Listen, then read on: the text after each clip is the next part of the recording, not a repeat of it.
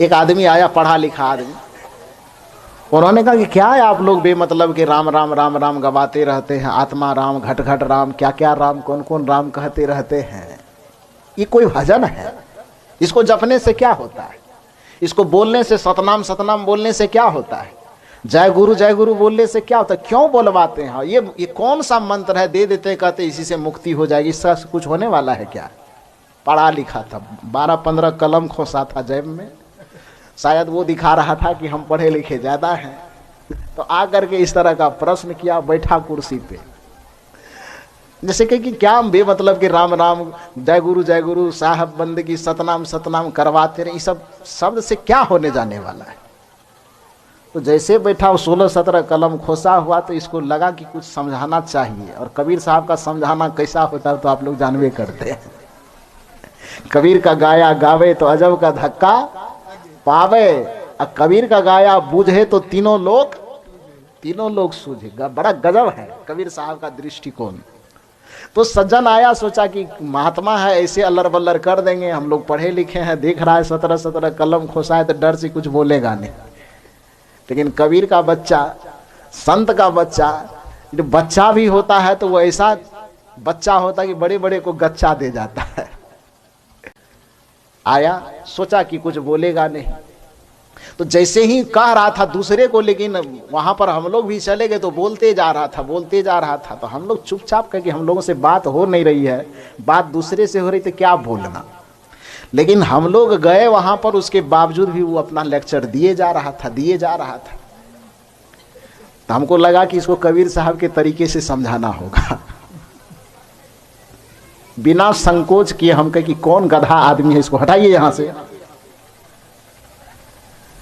नहीं सुना वो सोचा कि शायद दूसरे को कह रहा है। हम कहीं गधा कहां से आ गए, इसको हटाइए ना जल्दी यहां से। तो प्रोफेसर का तो किसको कह रहे हैं? हम कहे आप ही को कह रहे और दूसरे किसको कहेंगे? गुस्सा से एकदम आंख कान मुंह लाल हो गया। वो तिलमिला रहा है कि आपको पता है कि हम कितना पढ़े लिखे हैं, कितना वेतन कमाते हैं, मालूम है? हमको गधा कह दिया आपने। हमने कहा आपको गधा कहा तो आप गधा तो दिख नहीं रहे हैं, फिर भी गधा कहे आपको, आप ही को कहे, दूसरे को नहीं कहे। गधा के पास 4 पैर होता है, वो आपके पास है नहीं। 2 कान होता, सींग तो होता नहीं गधा को। तो सींग होता नहीं, सींग तो है नहीं, तो चलिए ये तो सिंपल सी बात है। 4 पैर आपके पास नहीं है, शरीर में रोवां आपके पास नहीं है, और गधा का जितना लक्षण है वो कोई लक्षण आप में दिखाई नहीं दे रहा है। आप कह भी रहे कि हम इतना वेतन उठाते हैं, इतना पढ़े लिखे हैं, फलाने जगह का हम प्रोफेसर हैं, तिलमिला क्यों रहे हैं आप? तिलमिला क्यों रहे हैं? केवल एक शब्द सुन करके कि आप गधा हैं, और ना आपको मैंने डंडा मारा है, ना आपके माथे पर पत्थर फेंका है, ना आपके माथे पर कीचड़ उठा करके डाल दिया है, कुछ किया है क्या? ना आपको छुए भी नहीं है, आपको मैंने छुआ भी नहीं है, मारने की बात तो दूर। गधा कहने से गधा का कोई लक्षण आप में आ गया, इसी बात नहीं। शर्ट फुल पैंट पहने हैं, टाई कोट लगाए हैं, आदमी के तरह दिख रहे हैं, 17 कलम भी पैकेट में धसा हुआ है, कोई अंतर नहीं आया उसमें। सिर्फ एक बात कहा, ना आपको छुआ, ना आपको मारा, ना आपको कुछ किया, सिर्फ इतना सा कहा कि आप गधा है। ये क्या है? आप गधा हैं एक शब्द है ना जी, एक वाक्य है, छोटा सा वाक्य कि आप गधा हैं। इतना सा शब्द सुनने मात्र से आपके चित्त में उद्वेग क्यों पैदा हो गया? आपके चित्त में क्रोध क्यों पैदा हो गया? हुआ ना जी? चित्त में परिवर्तन आया ना? कि आप बड़ी ठाट दिखा रहे थे, बड़ा प्रसन्न थे, बड़ा लेक्चर झाप रहे थे, लेकिन मेरे तरफ से एक शब्द ही तो आपके कान में गया कि आप गधा हैं। उस शब्द को सुनने से आपके चित्त की दशा क्या हुई? आपके मन की दशा क्या हुई? तुरंत जो हंस रहे थे, खिलखिला रहे थे, क्रोध से एकदम आंख लाल हो गई, चेहरा कपकपाने लगा, शरीर कपकपाने लगा कि पता नहीं क्या कर दिया, हमको गधा क्यों कह दिया। आप गधा हैं, यह भी एक शब्द है, ये कोई पत्थर नहीं है।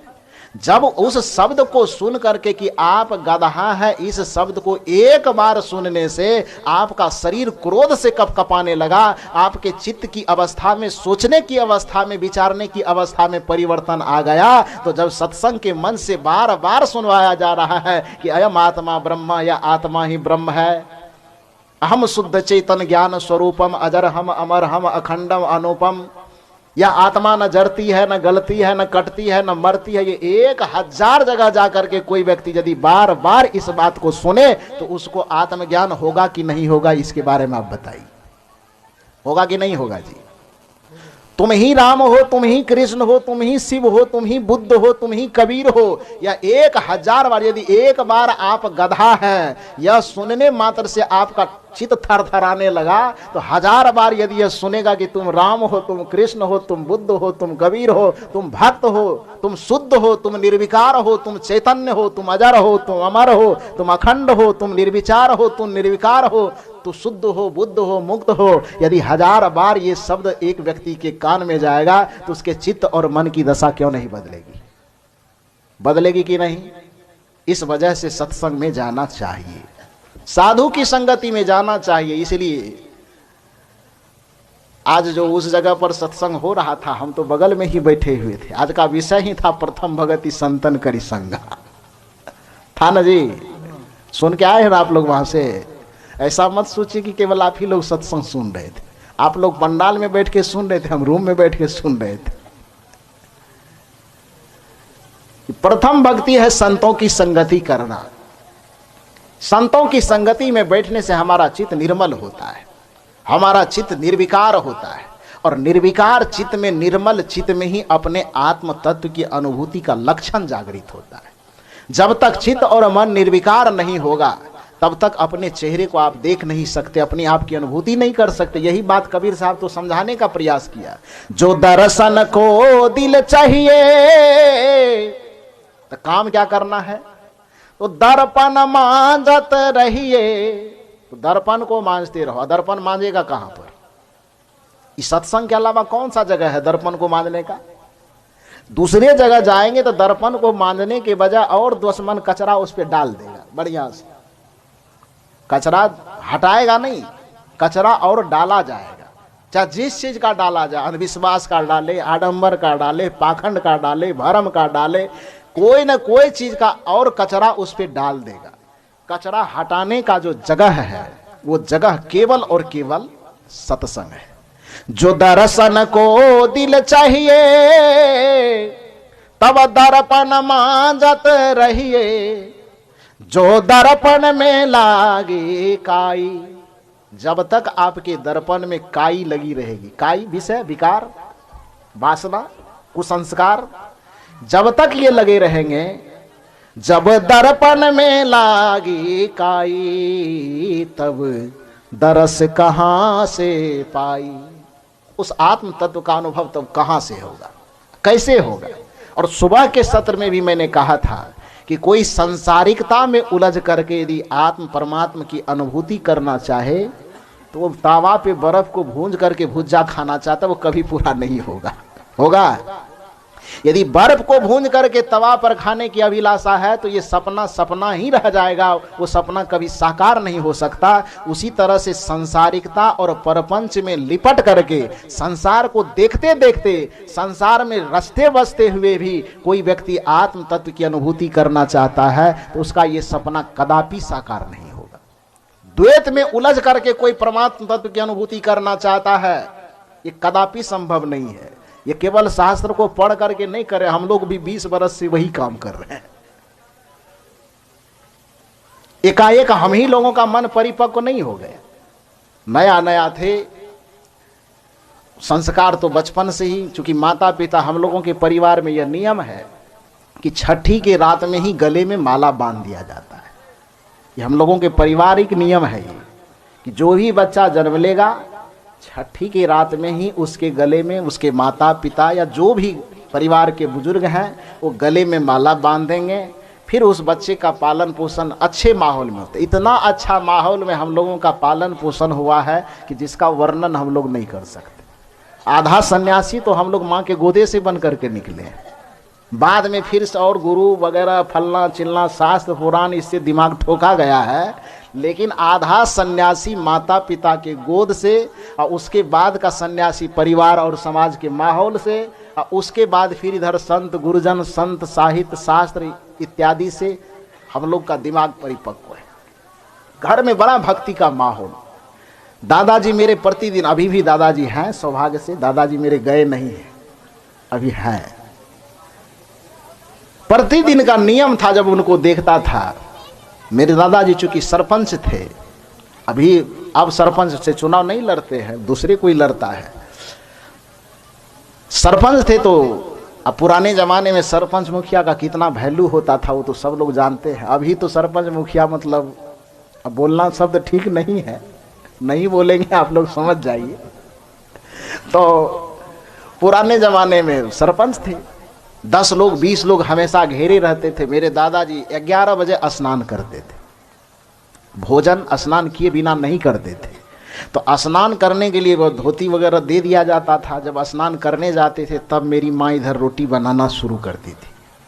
वो स्नान करके आते थे और सबसे पहले या तो गीता या रामायण निकालते थे, और उसके बाद या तो गीता का एक 10 चौपाई लगभग पढ़े, 10 श्लोक पढ़े, या इस दोहा से लेके उस दोहा तक रामायण की जो एक चौपाई होती है उसको पढ़ते थे, उसका अर्थ बोलते थे। अब बच्चा थे तो दादा के बगल में हम लोग भी बैठते थे, तो दादाजी चंदन का एक टीका लगाते थे तो हम लोगों को भी लगा देते थे। अब बचपन से बस दादाजी के रामायण और गीता का उस श्लोक मंत्र चौपाई सुनते सुनते रामायण और गीता पढ़ने की इतनी ललक जगी कि हमको याद है कि 8वां तक पढ़ते पढ़ते ही लगभग हम कम से कम 500 बार रामायण और गीता पढ़ चुके होंगे। 8वां क्लास तक पढ़ते पढ़ते पूरे रामचरितमानस और गीता को 500 बार पढ़ चुके होंगे, क्योंकि वहाँ रामचरितमानस का पाठ हम लोगों की तरफ, जैसे यादर किसी का शरीर छूटा तो जो सत्संगी है सत्संग करवा दिया, और नहीं सत्संगी रहेगा तो नाच करवाएगा, यही नहीं करेगा।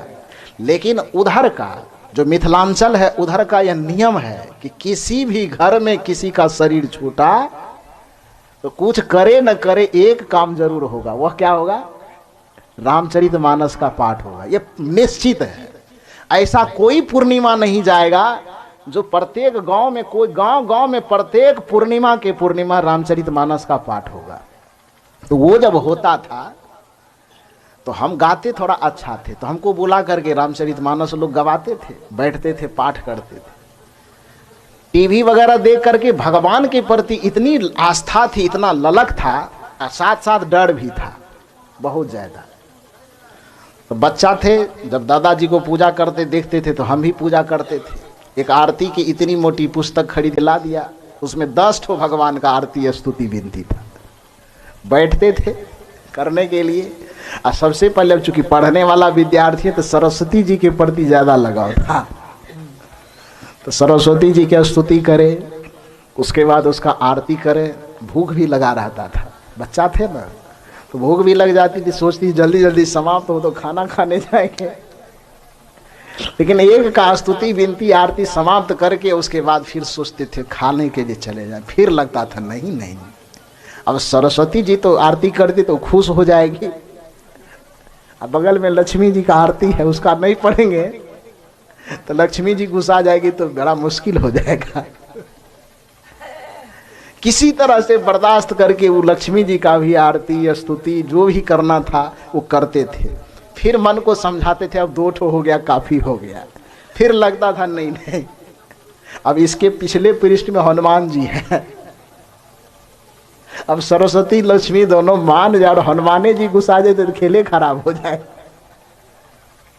उसका भी पढ़ते थे। इस तरह से करते करते मतलब 10 ठो उसमें देवी देवता का जो था स्तुति विनती, डर के कारण भूख लगी रहती थी फिर भी करते थे। करते करते करते करते साहित्य पढ़ने के प्रति इतनी रुचि थी कि संजोग के बाद 8वां क्लास में ही पढ़ते पढ़ते संजोग ऐसा लगा, कुछ ऐसी कहानी बनी, मैं बताऊंगा नहीं, आप लोगों को हंसी लग जाएगी। एक पुस्तक मिल गई सदगुरु श्री अभिलाष साहब जी की, जिस पुस्तक को आज उसकी कीमत 10 रुपये है, मेरी माँ जब कुमारी थी तो कुमारी अवस्था से ही मेरी माँ सदगुरु श्री अभिलाष साहब जी के साहित्य को पढ़ती थी। अपने उम्र के 14 बरस से वो पढ़ती थी। तो वहाँ से वो अपने नैहर से यानी मेरे नानी गांव से ही उस साहित्य को लाई होगी, अलमारी में रखी हुई थी।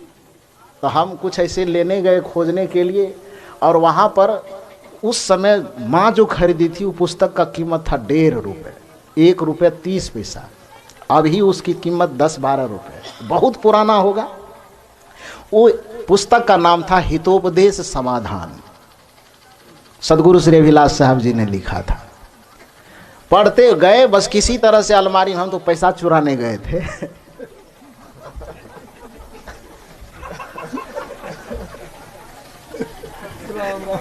लेकिन पैसा नहीं मिला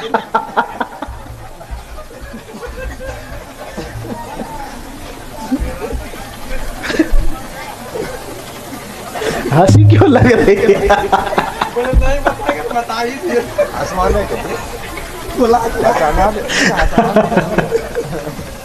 सही में गए थे,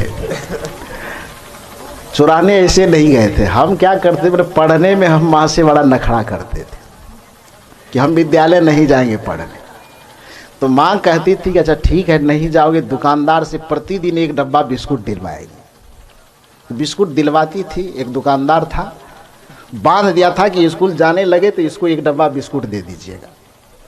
अब फिर 10 दिन 15 दिन महीना दिन दिया होगा, अब फिर उसको जाके कह दिया होगा कि अब बिस्कुट नहीं देना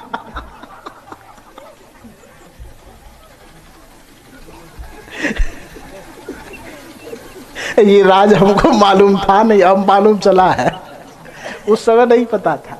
तो जाके कह दिया होगा कि इसको बिस्कुट नहीं देना है तो हम गए तो 100 बहाना कर दी, बिस्कुट नहीं है तो फलना नहीं है, चिल्ला नहीं है। अब माँ के सामने आके हम जिद करें कि बिस्कुट दो तब हम स्कूल जाएंगे, नहीं तो नहीं जाएंगे तो माँ बोली कि अच्छा ऐसा है कि आज चले जाओ, वहाँ से लौट करके आओगे तब बिस्कुट दे देगी। तो हम तो सोचे कि ये तो पक्का वादा कर रही है लेकिन वादा उसका झूठा वादा था तो माँ के बात पे भरोसा करके हम चले गए स्कूल। वहाँ से लौट के आए तो सीधा एक ही मांग है कि बिस्कुट दो अब स्कूल से आ गए तो माँ कहती कि अच्छा दाल भात सब्जी ये सब बना, ये खा लो, बिस्कुट कल लेना। ओके बिल्कुल नहीं, कल की बात कहाँ हुई थी बात हुई थी कि स्कूल से आओगे तो बिस्कुट देना, बिस्कुट लाओ। 2 बार 3 बार 4 बार कहते कहते झकझोड़ दिए। माँ क्या की, एक तमाचा मारी हमको। तो मारी तो लगा तो कम ही जोर से, लेकिन फिर भी नकल करने के लिए खूब रोना शुरू किए। तो रोना शुरू किए, रोते देख करके माँ क्या हुई, बगल से चली गई, दूर चली गई। तब हम ऐसे नजर उठा के देखते हैं कि देखने वाला है ये नहीं, तो रो करके क्या करेंगे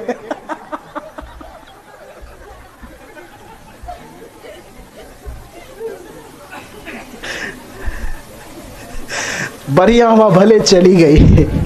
तो मन में ये दिमाग आया कि बगल में अलमारी है, एक तो दोपहर सुबह नहीं दिया बिस्कुट, वादा किया शाम में देंगे, अभी भी नहीं दिया, ऊपर से मार करके चली गई। तो अलमारी तो है, ये है दिक्कत क्या है। तो बस गए हम पैसा खोजने के लिए।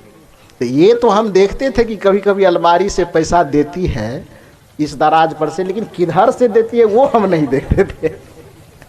तो हम थे छोटा, उस समय बच्चा थे, तो गए और नीचा वाला दराज पे चढ़ के एक हाथ से दराज पकड़े, ऐसे खोज रहे थे कि पैसा किधर रखा होगा। हाथ में पैसा न आकर के सदगुरु श्री अभिलाष साहब जी की जो वही किताब थी हितोपदेश समाधान वही पुस्तक आ गया। पुस्तक पढ़ने के प्रति बचपन से ही इतनी रुचि थी कि अलमारी के पास वो पुस्तक जैसे आया, देखे कि हितोपदेश समाधान लिखा हुआ है, अलमारी खुला ही था, खुला ही रह गया। उसी केवारी के पास ससरते ससरते नीचा बैठ गए और किताब को पलट करके देख रहे। बाद में माँ बताई कि हम देखने आए थे तो हमको लगा कि अलमारी खोल के चोरी कर रहा है, लेकिन जब किताब पढ़ते हुए देखी तो धीरे धीरे फिर वो वहाँ से वो चली गई, कुछ बोली नहीं, टोकी नहीं। और जब किताब पढ़ने लगे तो पढ़ते पढ़ते अब चोरी या बिस्कुट सब दिमाग से गायब हो गए।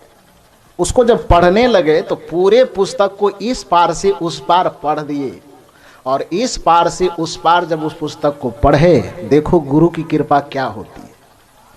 अच्छे साहित्य का प्रभाव क्या होता है वो मैं बता रहा हूं, अपने जीवन की घटी घटना बता रहा। जब उस साहित्य को इस पार से उस पार पढ़ दिए तो बचपन की जितनी माँ बाप को सताने वाला घटना होता है ना, वो सब नटखट पना खत्म हो गया। वो देवी देवता आरती स्तुति फलना चिलना का जो दिमाग में भरम नाच रहा था वो सब दूर हो गया। कबीर साहब के प्रति जो लोग अनर्गल बात हम लोगों के दिमाग में भर करके रखा था, कबीर साहब के प्रति जो सच्ची आस्था थी वो जगी कि कबीर साहब हैं क्या, कबीर साहब कहना क्या चाहते हैं, कबीर साहब समझाना क्या चाहते हैं। मैंने उसी क्षण उस साहित्य को संपूर्ण रूप से पढ़ने से पारक सिद्धांत और कबीर साहब के विचार हमारे दिमाग में एकाएक आकर के बैठा, और ऐसा बैठा कि उसके बाद फिर सत्संग के प्रति रुचि, संत के प्रति रुचि ऐसी जगह कि देखो आज आपके बीच में एक संत के रूप में बैठ करके आप लोगों की सेवा कर रहा हूं। इस सत्संग का, सदग्रंथ का ये प्रभाव पड़ता है, अच्छे साहित्य का ये प्रभाव पड़ता है। ये कोई कथा कहानी तो है नहीं कि कहीं से सुन करके मैं बता रहा हूं, ये मेरे जीवन की घटी हुई घटना। आप लोगों को तो हंसी बहुत ज्यादा आई, लेकिन ये हकीकत है कि ऐसा ही हुआ। अच्छे साहित्य को पढ़ने से आपके जीवन में बड़ा परिवर्तन आता है, अच्छे शब्द को सुनने से आपके जीवन में बड़ा अद्भुत परिवर्तन आता है। तो उस प्रोफेसर साहब ने यही कहा कि सत्संग में आप लोग एक ही बात बस प्रथम भक्ति संतन करी संगा दोहराते हैं, राम राम दोहराते हैं, सतनाम दोहराते हैं, आत्मा परमात्मा यही करते रहते हैं, उससे होने जाने वाला क्या है। तो उसको मैंने कहा कि आप गधा हैं, तिलमिला गया। यदि आप गधा हैं, एक शब्द सुनने से आपके चित्त पे प्रभाव पड़ सकता है, तो जो बार बार मैं शुद्ध हूं, मैं बुद्ध हूं, मुक्त हूं, यह सुनने से प्रभाव निश्चित पड़ता है। इसलिए सत्संग में बैठना चाहिए। सत्संग में आत्म तत्व का बोध होता है, दृश्य का, शब्द का प्रभाव ही हमारे मन पर पड़ता है।